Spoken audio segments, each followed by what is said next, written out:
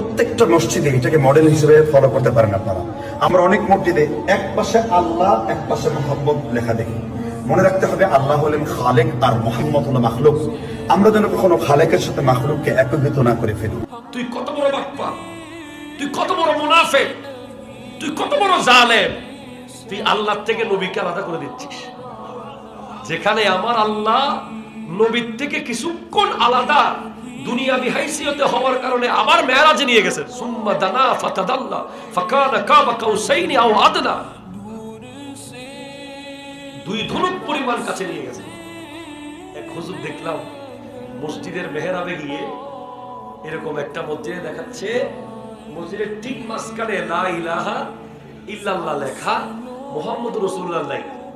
তখন ওই হুজুর, ওই বাটপার, ওই মুনাফিক, ওই গুস্তাগ রাসূল, যে আমার নবীর দুশমন, যে কালিমাকে অর্ধেকে ভাগ করে ফেলতেছে, নাউজুবিল্লাহ জুড়ে বলেন না। আল্লাহ ভাগ করে নাই, সে আরবি গ্রামারই পড়ে নাই। লা ইলাহা ইল্লাল্লাহ মুহাম্মদুর রাসূলুল্লাহ মাঝখানে একটা ওয়ানে নাই আল্লাহ, এবং মুহাম্মদুর রাসূলুল্লাহ বলে নাই আল্লাহ। আরে লা ইলাহা ইল্লাল্লাহ মুহাম্মদুর রাসূলুল্লাহ একসাথে, লা ইলাহা ইল্লাল্লাহ যত অক্ষর, মুহাম্মদুর রাসূলুল্লাহ তত অক্ষর। সে বলতেছে যে শুধু লা ইলাহা ইল্লাল্লাহ মাঝখানে থাকবে, মুহাম্মদুর রাসূলুল্লাহ থাকবে না, এখানে থাকবে নিচে। তাইলে একটা মানুষ যখন মসজিদে ঢুকবে লা ইলাহা ইল্লাল্লাহ খুঁজবে চারিদিকে মুহাম্মদুর রাসূলুল্লাহ কোথায়, সাল্লাল্লাহু আলাইহি ওয়াসাল্লাম। আমি মসজিদ নববীতে রিয়াজুল জান্নার পাশে মেহরাবে উসমানী, যে মেহরাব হযরত উসমান রাদিয়াল্লাহু তাআলা আনহু বানিয়েছেন।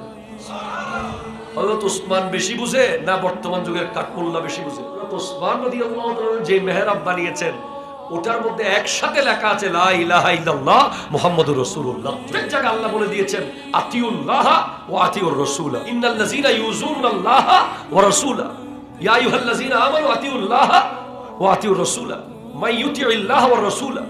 আল্লাহ কোথাও রাসূলকে বাদ দেন নাই। আল্লাহ বলেন ওয়া রাফা'না লাকা যিকরাক, আমি আপনার জিকিরকে বুলন্দ করেছি, আপনার সম্মানকে। এর তাফসীরে বিশ্ববিখ্যাত মুফাসসিররা বলেছে যে ইজা যুকিরতু যুকিরতা মাই, হাদিসে কুদসির মধ্যে এসেছে, যেখানে আমি আল্লাহ জিকির হবে আমার সাথে সাথে আপনি নবীর জিকির হবে। তারা কালিমা থেকে নবীকে নামিয়ে দেবেন, কয়দিন পর বলবে লা ইলাহা ইল্লাল্লাহ ঈসা রূহুল্লাহ, মুসা কলিমুল্লাহ, এগুলো লাগাই দিবে। দেখেন না, এটা ইহুদিদের প্ল্যান। ইহুদিরা কখনো চায় নাই যে আল্লাহর সাথে আমার নবী থাকুক, ওরা সব সময় আমার নবী